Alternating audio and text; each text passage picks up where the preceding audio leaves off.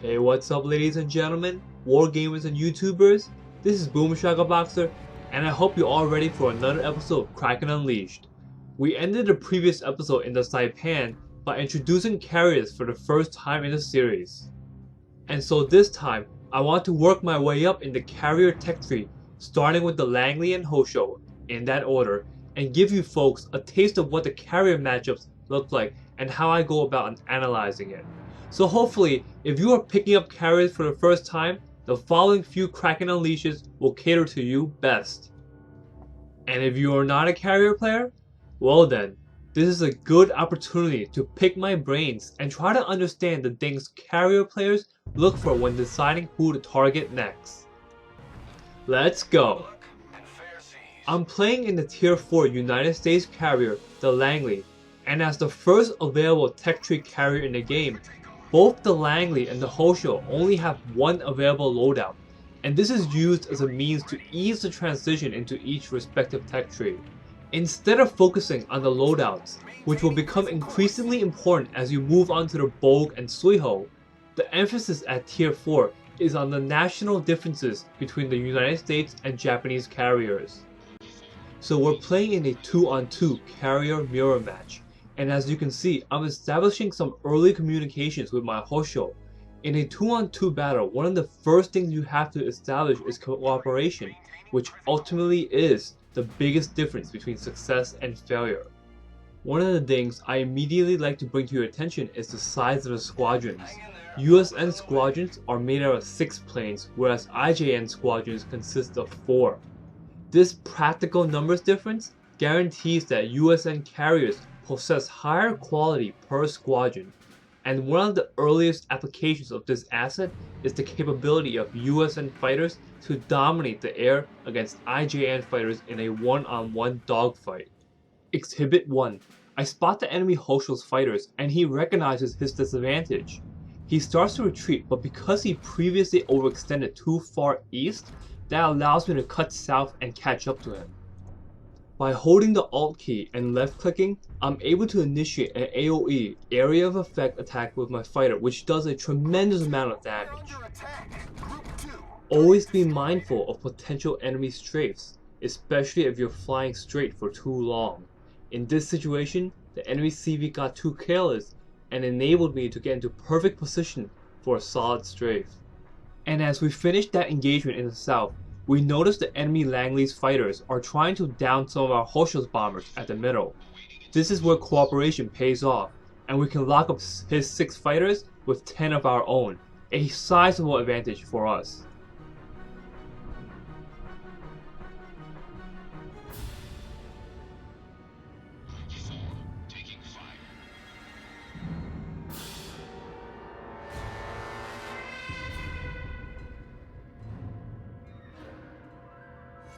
Fighters, however, are not the only planes at your disposal.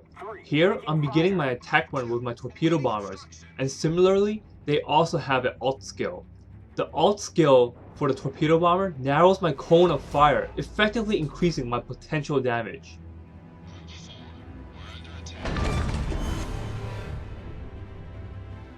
Enemy cruiser sunk.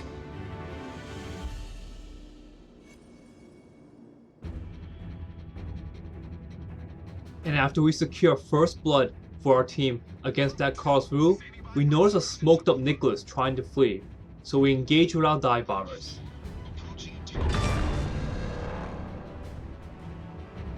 Enemy destroyer blown up.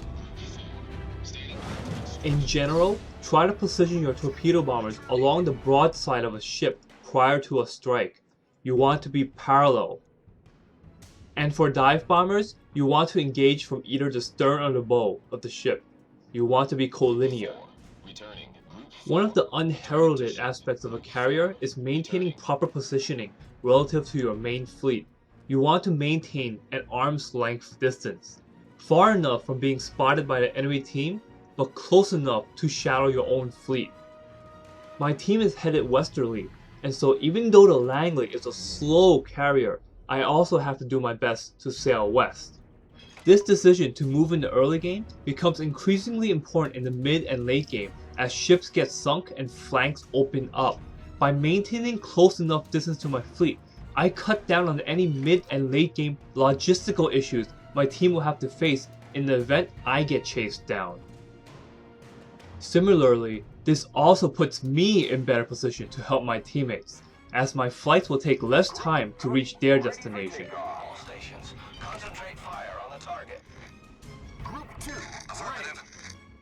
With A and C flag both being uncontestable flags for either team, all our efforts will be focused on B flag, which is also where I send my next sorties to.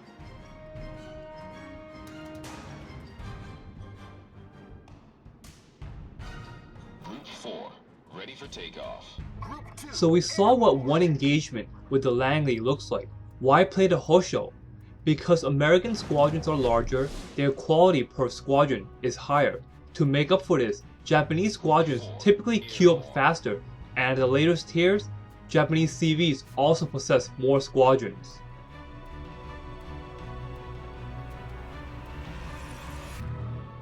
This perpetual theme is one of the more important considerations you have to make when deciding which tech tree you want to go up. Do you want less but higher quality squadrons as in the US Carriers, or do you want more but lower quality squadrons as in the IJN Carriers?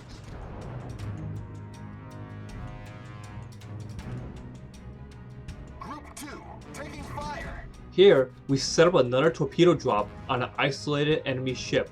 Normally, I would like to bomb battleships, but an isolated cruiser on the front lines with minimum AA is also a good choice.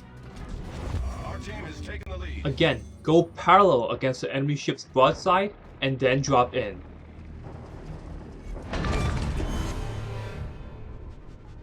Enemy cruiser foundered. By engaging closer targets, I'm able to supply more efficient damage and allow myself to reprocess another strike faster, increasing the numbers of engagements I can participate in. And once again, in dive bombers, engage from either the front or the back. Added bonus if you start practicing and landing those manual drops.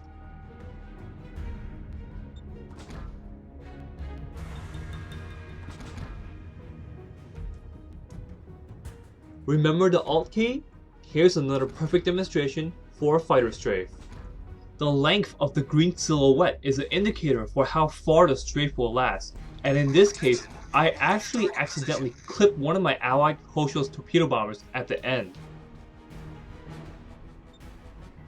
And foreshadowing what I said earlier, after C flag was capped by the enemy DDs, they went MIA, and we can see now that they intended to try to catch up to me and the Hosho, which clearly demonstrates why it's important to keep moving and staying as close as you can to your allied ships.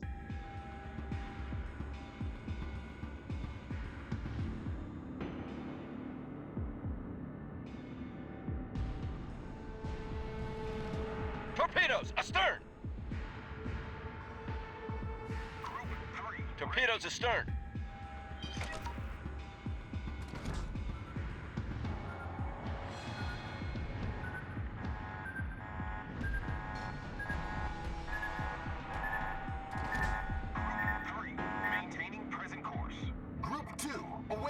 Destroyers have the best maneuverability in the game, and in situations such as the above, I usually try to bait an attack run to see how they would respond, but because of the proximity of the minikaze, I have a very limited window of opportunity and can't afford to miss a strike.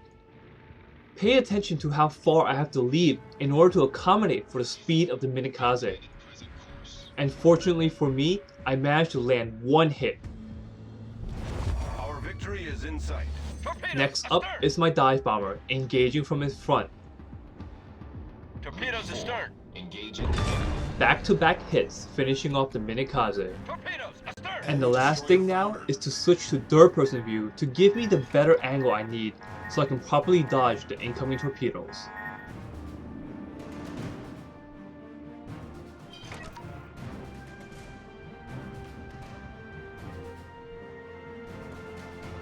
I personally do not recommend chasing carriers, especially if they are properly positioned and playing defensively, as I did in the previous exhibit. On the other hand, had the minikaze and isokaze spotted the Hosho and I still camping at our spawn, then yeah, definitely take a chance to sink us. But as we can see, with my team on high alert, this Isokaze is struggling to catch up and stay alive, a situation he and the Minikaze may have avoided had they not gambled and opted instead to area deny B flag.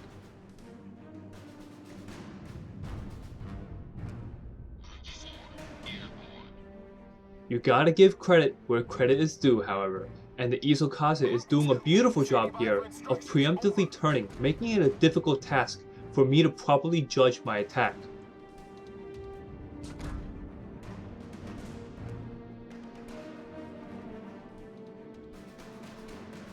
Group 3, awaiting instructions. Approaching target. 4, returning. Group 3, standing by for instructions. Over.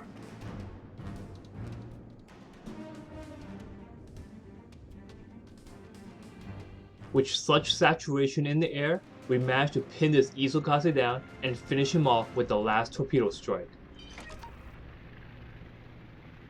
Endgame Kraken on the Langley. GG.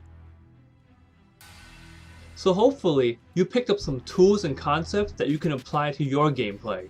And in the next episode, I'll be showcasing why I actually prefer the Hosho over the Langley. Until then, this is Boom Shaka Boxer, signing out.